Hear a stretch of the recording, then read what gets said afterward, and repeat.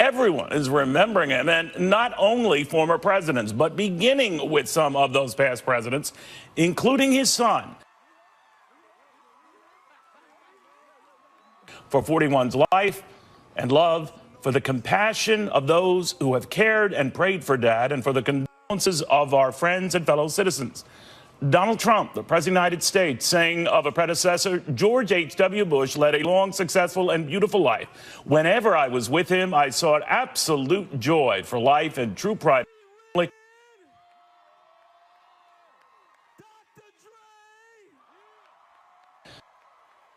And he will be missed. Barack Obama. America has lost a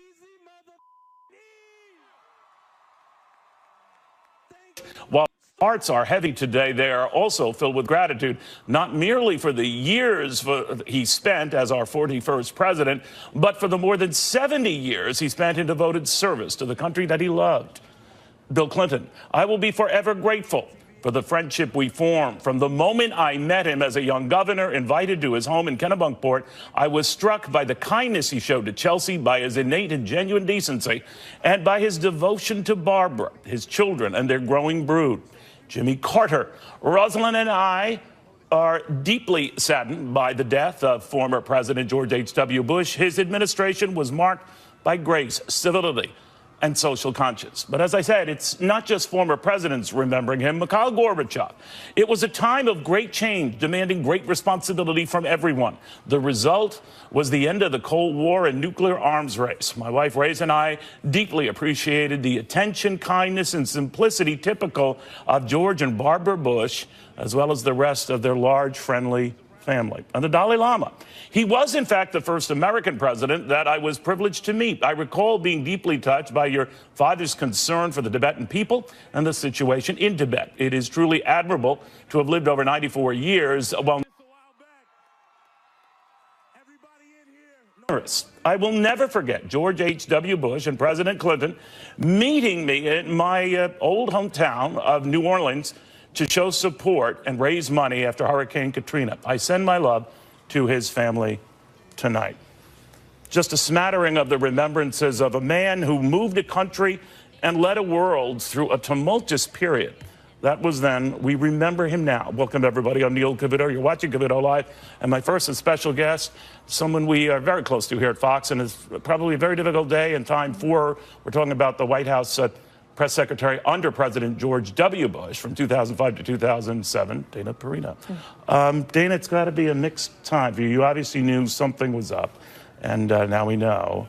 But it's interesting, the eclectic response we get from everyone, the Dalai Lama to Ellen DeGeneres. A truly international outpouring, and a bipartisan one. Yes, you know, for several years, 41, especially in the wintertime, he had had bouts of pneumonia that turned to bronchitis, and he'd be in the hospital, and then he would pull through it. Remember, he would say, put away the harps. Put away the harps, everybody. I'm not done yet. That was just in 2013. And also, I was reading that President Bush, 43, had gone in to see his dad, I think it was last year or the year before. And he said, how are you feeling, Dad? And he said, well, it isn't the cough that carries you off, it's the coffin you go in. That is sort of a dark little sense of humor there. Yes, and he did have that.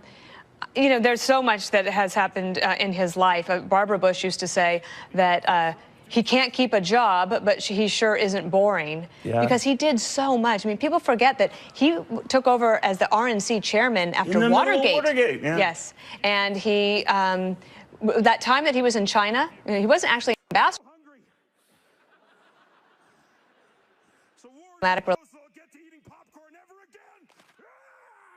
People. He was fiercely competitive, exceedingly kind. It was a very interesting combination. I do love reading about how he made decisions based on risk. You know, he could have been there on Wall Street. The firms wanted to hire a young war hero who was the family was well known, and he said, no, I want adventure, and he chose Texas. You know, it's interesting, and I heard you earlier today talking about some of the lighter touches that he brings and all that. We know the resume. I guess he's the most experienced president we ever had, from, as you said, being an envoy of China, a CIA director, United Nations ambassador, obviously a two-term Texas congressman, on and on, obviously vice president under Ronald Reagan. But I always love the stories of the personal touch. Me too. Writing personal notes and making a point of talking to anyone and everyone. And you had some interesting experiences yourself. Yes, well, I have a couple of those notes. Partly because I think that, one, I was a staffer, okay? I don't think of myself as a family member. Well, they thought that way of you. Well, I appreciate that. And honestly, it's the privilege of my life to have a chance. Best comedic performance, Ryan Reynolds. He loved to hear me talk about stories. He loved politics. He loved gossip. He loved media gossip. Was the best thing. It was like you didn't have to bring a housewarming gift if you went over. You could bring gossip about the media, and he loved it. And he was strong. You know, held my hand. And after Barbara Bush passed away last April, of course, everyone thought, well, he's not long for this world, but he wanted one more summer in Maine. And he was able to have the summer in Maine. He saw his granddaughter, Barbara Bush, get married in Kennebunkport in a very special private ceremony for the family. And he got a new dog, a service dog named Sully Bush, who was able to help him do some things that he needed, opening doors and things. But the president was also nervous. He thought, well, you know, other people need this dog more than I do. But they said, if you give us some publicity, we can help more veterans. And I thought you would love this story. He loved baseball, right? He's getting up there in age. And when Cincinnati opened its new ballpark, 43 was supposed to do the opening pitch, but something happened and he couldn't go. So he calls his dad. Said, Dad, could you handle it for me? And his dad was like, oh, gosh, I don't know if I can. What if I don't throw it over the plate? And so he practiced with Rob Portman, now the senator of Ohio. He used to work for 41. He was very competitive. He practiced all day, and he threw a strike. Is that right? You know, everyone's harkening back to an era where people talk to each other, both parties.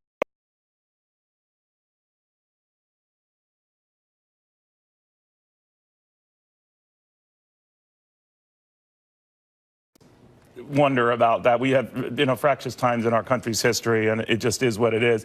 But it is interesting looking back at him as a one-term president, as if one-term presidents are always a step down in history. But he was a consequential one-term president. Well, absolutely. Well, remember also he was a consequential vice president. Absolutely. As well. So those 12 years with Reagan and Bush years, remarkable things happened across the country. Here in America, you see the economy improve, and then there was the downturn, the recession. But when the wall came down in Germany, Condoleezza Rice was a young national security advisor. She dealt with the Soviet Union for the president on those issues. They come rushing into the Oval Office and said, sir, we have to plan a trip. You have to go. You have to be a part of this. And he said, no. He said, this is their moment. What am I going to do? Go over there and gloat? They need to take responsibility now and move forward. Very strategic thinking. He was modest. And look, he was also exceedingly kind. But that doesn't mean he wasn't tough. And I think that people forget that. You cannot go through being all of the things that he did, running for office, serving in Congress, serving in administrations, being the CIA director, the vice president, and then having to watch your children who decide to enter the public arena get criticized. Yeah, and you were mentioning that really bugged me when he said, it was harder to watch the criticism of his children than it was to have gotten the criticism as himself when he was president. I always thought, and in the family far, far better, that he was an historical conundrum in that, he had to fight that. Remember, the media would put up the win factor, yet he was a war hero, 18 years old, getting shot down. So, and I'm wondering, this doesn't jive with what we know is the fact. Okay, so this is a great point. So, one, he was exceedingly modest. He was taught that by his mother. She said, don't use the words I am. When he came home from a baseball game one day, he said, Mom, I hit 3 home runs. And she said, well, that's nice, George, but how did the team do? That's how he was supposed to talk. Wow. He also, like the greatest generation, didn't like to talk about his activities in war and all of the heroism. He didn't want to brag about it. But if you read Andy Ferguson, the writer for the Weekly Standard, he was a speechwriter for George H.W. Bush. There's a piece he has up today on that website that is so wonderful about how the consultants said in that campaign in 1992, don't talk about the war. It will make him look old compared to Bill Clinton. And it wasn't until the weeks right before the campaign they said, okay, wait, actually now you can talk about the war. I don't know if that made it too late. I think the country, it's hard to have 12 years of power with one party. True. And then there was Ross Perot, 19% of the vote. We don't know how that would have gone without him. Right. We don't. But what was your impression when you had mentioned that when his son became president, he was much more sensitive to the criticism of his son. Did he or did he not offer advice to his son? Now, it was always unconditional love. I understood that. But he did weigh in on those who served with his son, like Don Rumsfeld, Dick Cheney, for whom he had little regard, it would seem. He wrote as much. But what was your sense? Well, so I wasn't there for private conversations between the two of them, but from what I understand and what I know of them is that George H.W. Bush would offer advice if he was asked. Otherwise, he was just a father. And can you imagine how terrible that would be if you're president of the United States and your father's calling you, telling you what to do? And so there was a respectable boundary around that. And that unconditional love was never, ever at risk. Because the president, if he needed 43, if he wanted advice, he could ask 41 for it. And I think actually 41 set the best example for how to be in the post-presidency. Absolutely. We are all going to experience hardship and losses in life. If you can be a gracious winner, that's great. But if you can be a gracious loser, it will take you much farther. Yeah, there is some truth to that. Dana, I know you have a crazy schedule, doing all your shows and everything else, but...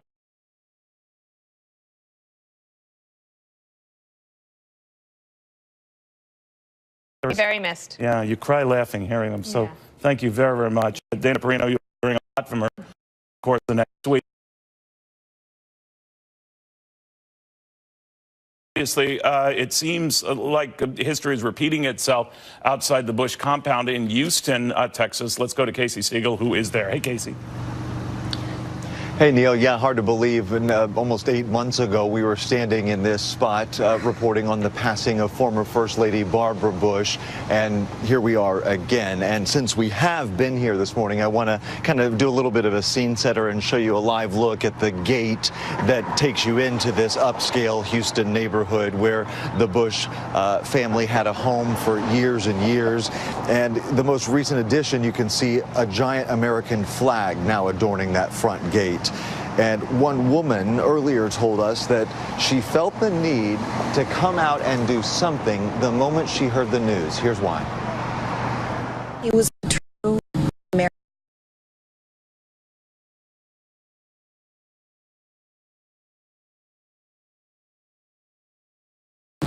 Above all else, I don't care what you're from, he stood for America.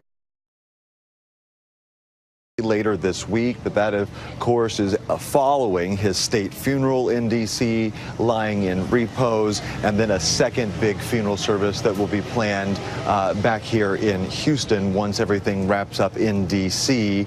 So obviously there are a lot of moving parts to this, and there are going to be a lot of activities planned over the coming days. Now, invitations to the state funeral have been sent, as you know, to First Lady Melania Trump and President Donald Trump, and we understand they have accepted and they will be present at that state funeral. Thank you, Casey.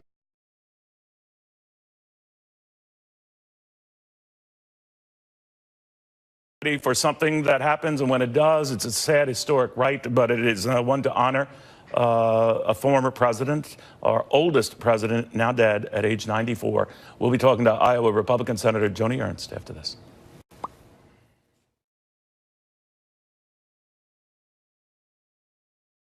Bush, the details of which we're still waiting for. We do know that invites have gone out to the President of the United States, the current White House occupant, and his wife, and they have accepted, and they will attend this event at the National Cathedral. Iowa Republican Senator Joni Ernst joins us right now, the Senate GOP conference chair and a member of the Senate Armed Services Committee.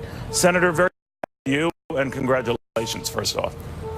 Thank you very much, Neil. You know, it is interesting, and I always was kidding with the staff here, Senator. We say wonderful things about people once they leave this planet. I always wonder, can we save a little of that while they're still alive?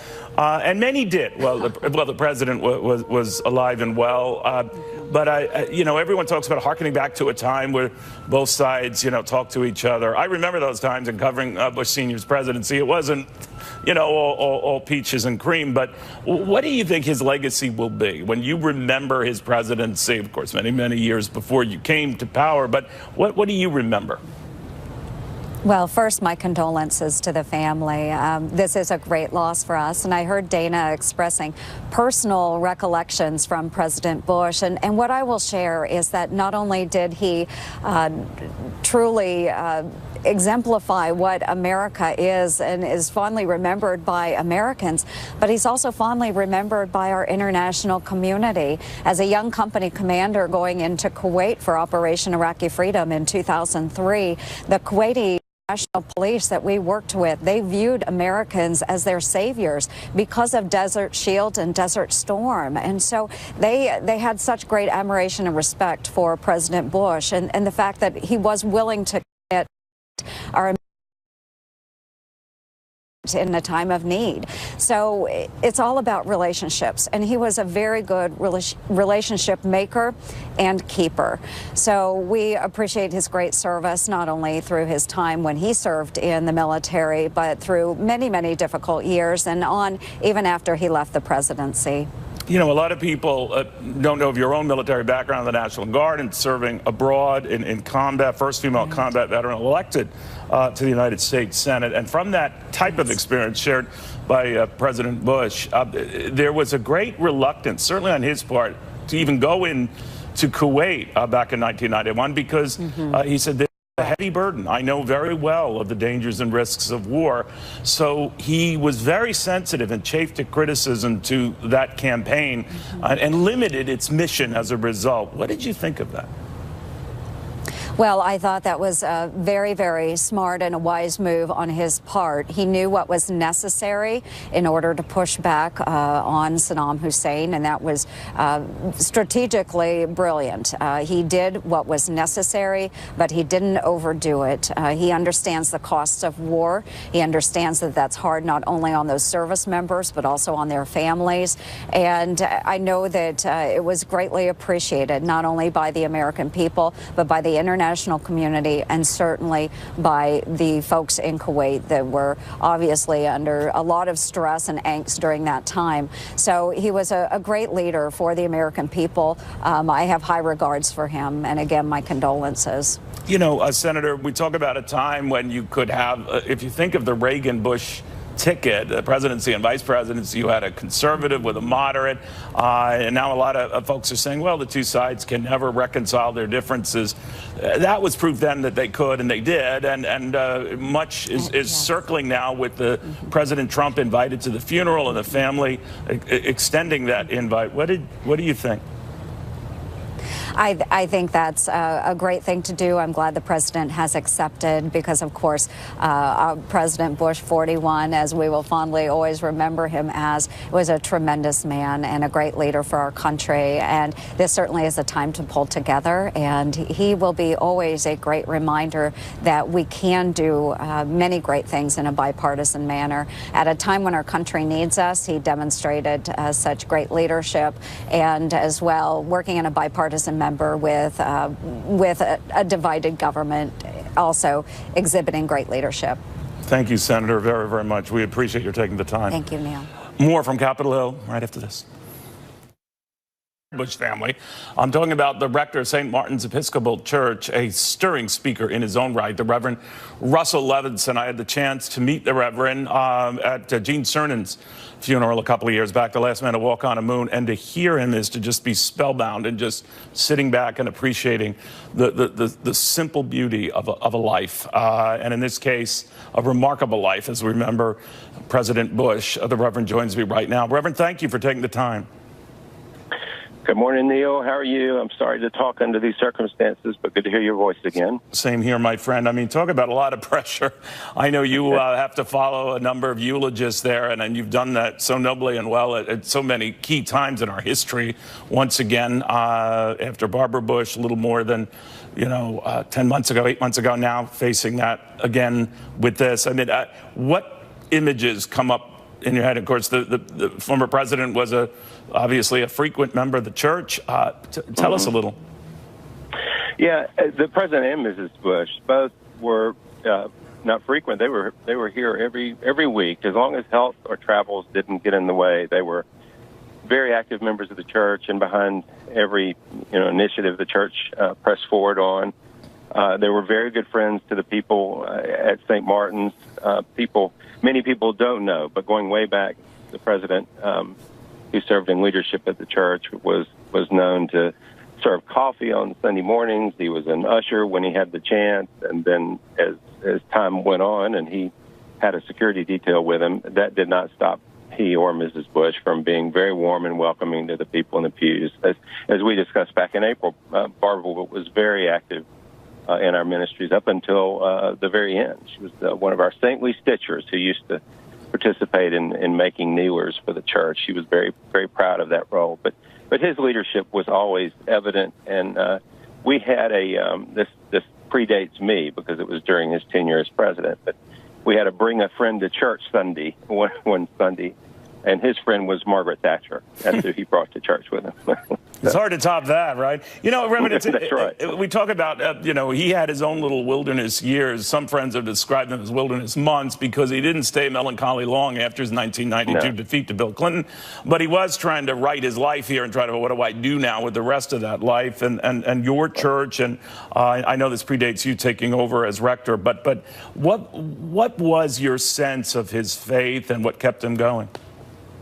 Sure. Well, I've been here almost 12 years, so we've been together a lot in worship. We've prayed together a lot, and certainly had our long discussions about faith. And a man of deep faith, and a simple faith, and I don't mean that in a simple in the way many people might interpret that. It just came very easily to him. One of the things he liked to say was worship was essential to his life, and participation in the church was part of that. But it was a very real faith that he had in our Lord, and he and Barbara were Christians, very active and committed Christians to Jesus Christ, but at the same time had a large circle, as we all know, of people who were friends across the aisle, but friends across faith traditions, of lots of people from, you've had wonderful quotes on this morning, including the Dalai Lama, but he was friends here in Houston with the Jewish community, the Muslim community, and we hosted several interfaith services here at St. Martin's particularly around issues of unity and peace, and they always participated in those services. So, a very faithful man in every way.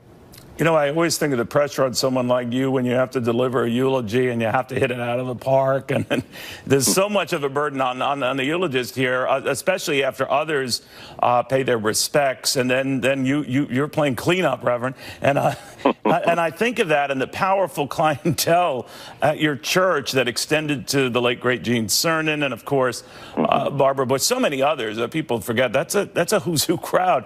And yet you find a way, as maybe evidence in their lives, that they were just good human beings at their core. And I noticed that tended to be the way you went about remembering them. I think that's a good point. At a moment like this, when we offered Barbara's service back in April, that was a service that the worldwide audience saw. But that's interestingly enough, that was a period in which 10 days we had actually 6 funerals, and hers was one of 6. And aside from the crowd, all the other services were very similar in that we read from Scripture and sang hymns and offered the prayers from the Episcopal Church. And that is exactly what Mrs. Bush wanted, and it is exactly what President Bush wanted. So my role is really to not focus on anything other than the service itself, and my role as a pastor and a priest to lift up their faith and really remember and give thanks for this remarkable life and their faith in God, and the role that certainly President Bush had in inspiring us all to great unity, humility, and service, which was, of course, his watchword all the time: service, service, service. Reverend Levinson, thank you very, very much. Very good speaking to you again. I'm sorry under these circumstances, my friend, but be well. Thank you so much. Take care, and God bless you, Neil. All right, you as well. Britt Hume is coming up after this. Covered the Bush presidency, covered lots of presidencies. His reflection on the message of those Bush years after this.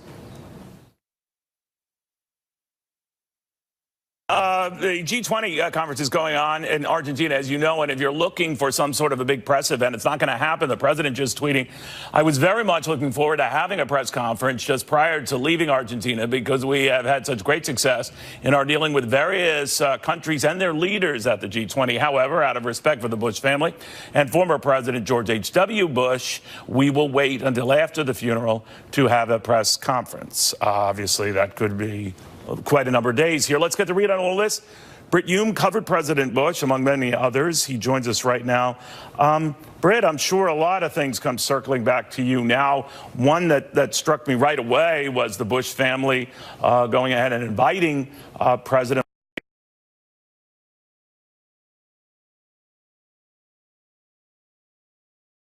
What did you make of that? You may recall, Neil, that I stirred up quite a controversy some years ago when in the midst of that tailspin that Tiger Woods had gone into because of his consorting with all sorts of women, not his wife. Right. And I said on Fox News Sunday that it would be a wonderful thing for him and a great example to the world if he were to turn to Christianity and become a Christian.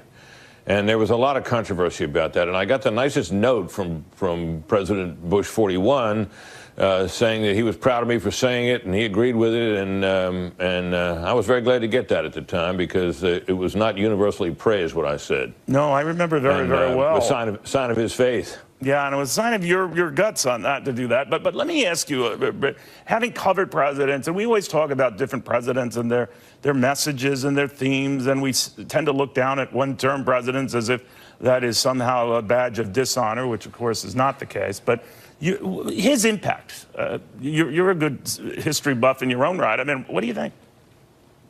Well, there are two things about it that stand out to me, Neil. One is the way he sort of managed the U.S. Reaction to the collapse of the Soviet Union and the coming down of the Berlin Wall. He was under considerable pressure in some quarters when the Berlin Wall came down, and it was something, you know, people had dreamed about for years, and when it finally happened, obviously it was a huge story. And I remember Leslie Stahl of CBS News, who was covering the White House as I was at the time, couldn't understand why he wasn't out celebrating it and reflecting, as she put it, you know, the feeling of the nation and much of the world that this great thing had happened. And he was being very careful not to seem to gloat because he knew that he in this country would have to play a large role in managing the aftermath, which he then did. And he was very intent on such things as the reunification of the Germanys, which became possible after the wall came down. And he dealt with that very carefully, enthusiastically, but calmly. And he reached out, as President Reagan had done before him, to Mikhail Gorbachev. And it is notable that among the notes of appreciation for him today came from Mikhail Gorbachev. Right. And he was being very, and I don't think the job of managing the aftermath of the end of the Cold War could possibly have been better handled than it was by him. And then came, of course, the event that all of us remember so vividly, which was the first Gulf War. And that came at a tricky time in our national life, Neil, because as you may remember, there was something called Vietnam Syndrome, sure, which had gripped the nation for years after the Vietnam War. And it was an antipathy and an aversion to military action by the United States, which was pretty pervasive. And the president said, I'll never forget this. I was covering the White House, and I remember when Saddam Hussein invaded Kuwait, and I remember I was rushed down to the White House the night that it happened from home to be on the air on, I remember, Nightline with Ted Koppel, and there was an anodyne statement that had been issued by the White House about it that said, you know, encouraging all parties to, I've forgotten what it was. It was very, very sort of antiseptic, and I remember saying that this is the kind of thing you say, I intoned, when you don't have any options. Well, boy, was I wrong. The president then proceeded to build this coalition of nations for a military response, put pressure on Saddam Hussein with UN resolutions, which he ignored, and then was able to get a UN resolution passed which authorized military force to remove Saddam Hussein's army from Kuwait. And that came ahead of approval in Congress, which the president needed and which was going to be very hard to get. And he got it, and it was a close-run thing, and a number of senators who were opposed to it disgraced themselves. And then, of course, the military action that we took was, the thing was over in a matter of days, and Saddam Hussein was, sent his army scampering back up into Iraq. And there was a lot of criticism. I mean, Neil, you may remember this, I'm sure you do, that he didn't go on to Baghdad. That's well, right. that UN resolution that he based the operation on and which validated it didn't authorize anything like that. And it would have been impossible, I think, for him to have gone any further than he did. But it was quite an extraordinary triumph, and afterwards his approval rating went to the moon. Who would have known that only a year or so later he'd be defeated for re-election? Remarkable. Do you think if Ross Perot were not on the ballot in 1992, remember he garnered 19% of the vote, that Bill Clinton would have won that year? Well, I've seen that analyzed every which way, Neil, and I'm not sure that's true. I think what defeated President Bush was the state of the economy and the perceived state of the economy. Right. But oddly enough, we were coming out of the recession at the time, and we were emerging from it. But you know how recessions are, Neil, better than anyone. Their effects linger long after the recession is over. And he was in the middle of that. And what Bill Clinton inherited was really the Bush recovery. But the unemployment rate was up a bit, and people's confidence was down, and it was a dark moment, and people were ready for a change. And President Bush, 41, had so preoccupied himself with his role on the world stage that I think a lot of people thought he didn't really care about the economy. And he ran a sort of semi-half-hearted campaign. I think he felt like, in a way, his heart wasn't in it. But anyway, he lost. And, of course, if anybody ever wants to know what kind of man he was, all you need to do is read that brief but extraordinarily gracious note he left for Bill Clinton on Inauguration Day. It's beautiful. Great stuff. Good, nicest, of all the presidents that I've covered, he was easily the nicest. I mean, and it was a remarkable combination, Neil, of steely ambition and personal kindness. Qualities not always found in one person, but he certainly had them, and I think the world's going to.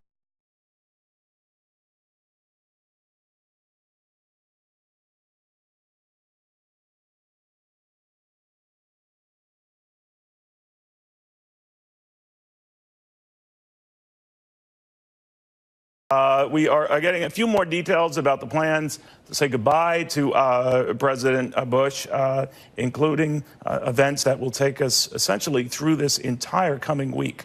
We'll detail them for you after this.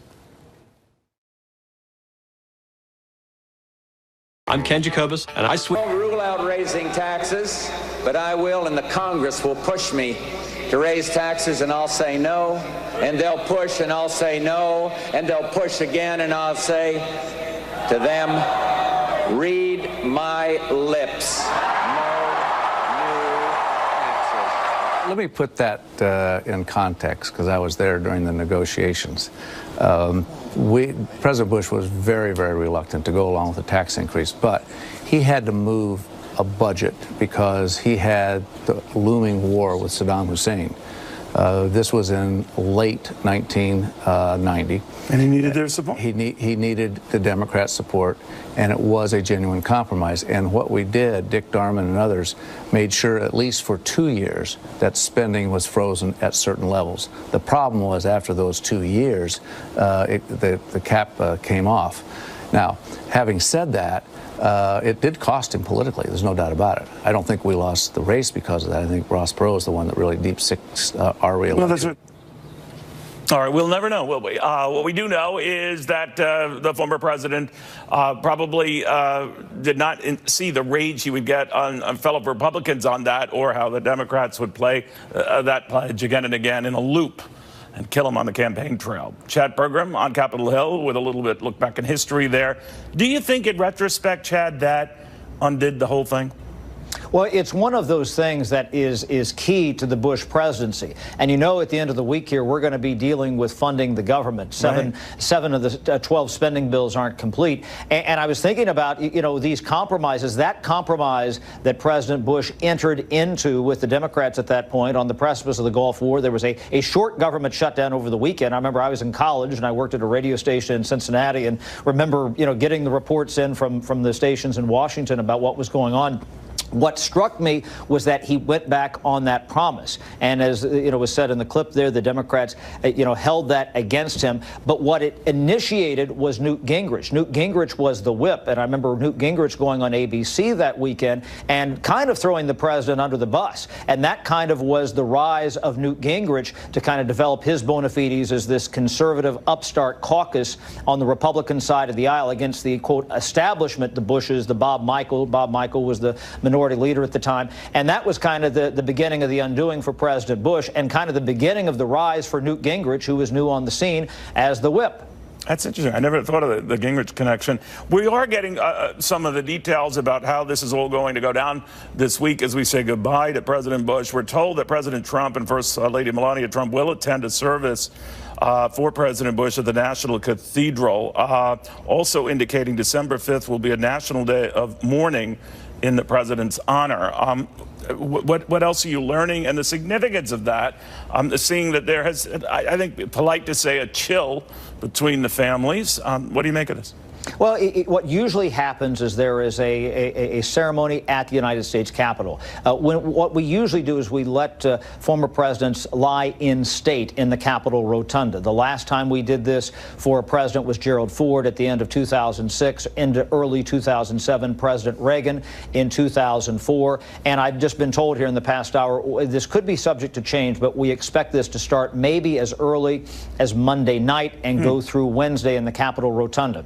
What they will do is they will bring up from the Capitol Visitor Center, and here's a vocabulary term for you, the catafalque, which is this wooden platform which was built for President Lincoln's funeral in 1865, and they will put the casket atop that. They'll drape it with an American flag. Now, we've had two persons lie in state since Presidents Reagan and Presidents Ford, John McCain at the end of this past summer, and Daniel Inouye, the late senator from Hawaii, in December 2012. I should note as a footnote that Richard Nixon, when he died in 1994, he did not lie in state, which is contrary to typical protocol. Some of the family members with the Nixons didn't think that the public would be respectful. And that's what will happen, whether it be Monday, Wednesday, or Tuesday, Thursday, is that they will keep the United States Capitol open 24/7. And once they finish with the official ceremonies, members of the public, Neil, will be able to file through and pay their respects. And one of the things I always remember, and we'll be interested to listen for, when they do that later this week, is the silence of the footsteps filing past the Capitol Rotunda out of respect and echoing through the big cavern of the Capitol Rotunda, Neil. It is powerful stuff. All right, Chad, thank you very, very much, my friend. Thank you. Chad Pergram. And to that Richard Nixon example to which Chad alluded, that was the Nixon family's call. That was not any of the event planners in Washington. This is a courtesy given to former presidents when they pass. And, of course, the funeral went on in California, where he is buried right now. We'll have more into this.